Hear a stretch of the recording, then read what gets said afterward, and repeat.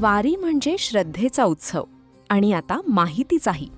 महाराष्ट्र शासनाच्या माहिती व जनसंपर्क महासंचालनालयाच्या संवाद वारीतील प्रदर्शनातून शासनाच्या विविध लोककल्याणकारी योजनांची माहिती, त्यांचे लाभ, पात्रता, अर्ज प्रक्रिया आणि नागरिकांसाठी उपलब्ध सुविधा सहज, आकर्षक आणि समजण्यास सोप्या पद्धतीने मांडल्या जात आहेत.